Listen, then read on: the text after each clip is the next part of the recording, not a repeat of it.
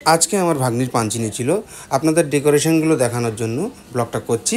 So hello and আসসালামু আলাইকুম বন্ধুরা, আমি রিকি খান। প্রথমত আপনাদের গেটটার সামনে দেখিয়ে দিই। এটা যেহেতু গেটের সামনে এন্ট্রান্স ছিল, এন্ট্রান্সে এইভাবে করা হয়েছিল।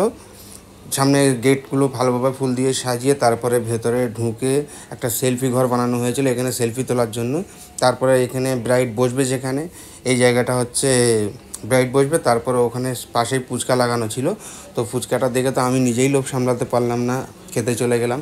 তারপরে আমাদের মামু এসে গেল, এসে গিয়ে নিজের অলৌকিক প্রতিভা দেখানোর জন্য অস্থির হয়ে পড়লো। তারপরে কী করা যাবে, মানে ও বললো যে একটা নতুন কিছু দেখাবে আপনাদের।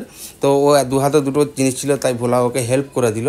আজকে দেখাতে চলেছে কফিতে তরমুজ ডিপ করে খেতে কেমনভাবে হয়। সো আপনাদের তারপরে আমার প্রিন্সেসটা অনেকক্ষণ পরে দেখা পেলাম, তাকে একটুখানি পোজ দিয়ে দিলাম। আর তারপরে আমার দুটো প্রিন্সেস এই দিকে ঘোরাঘুরি করছে। ওখানে তো কাউকেই চেনা যাচ্ছিল না। তারপরে পুরো মানে যখন লোকজন ভর্তি ছিল সেই যে পজিশনটা দেখালাম, সব লোকে ওখানেই ভিড় করেছিল যেহেতু।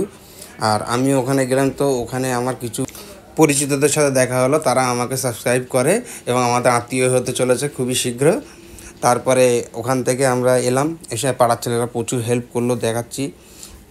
একটু জাস্ট ঘুরতে না ঘুরতে সব বন্ধু বান্ধব একে অপরের সঙ্গে গল্প গুজব করছিল।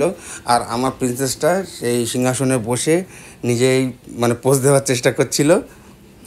তারপরে ওখান থেকে আমরা আমাদের যে ক্যামেরা করেছে ছোট্টুদা, তো সেখানে আপনাদের সঙ্গে ছোট্টুদাকে সবাই চেনে, আপনারা সবাই চেনেন, খুব ভালো ক্যামেরা করে।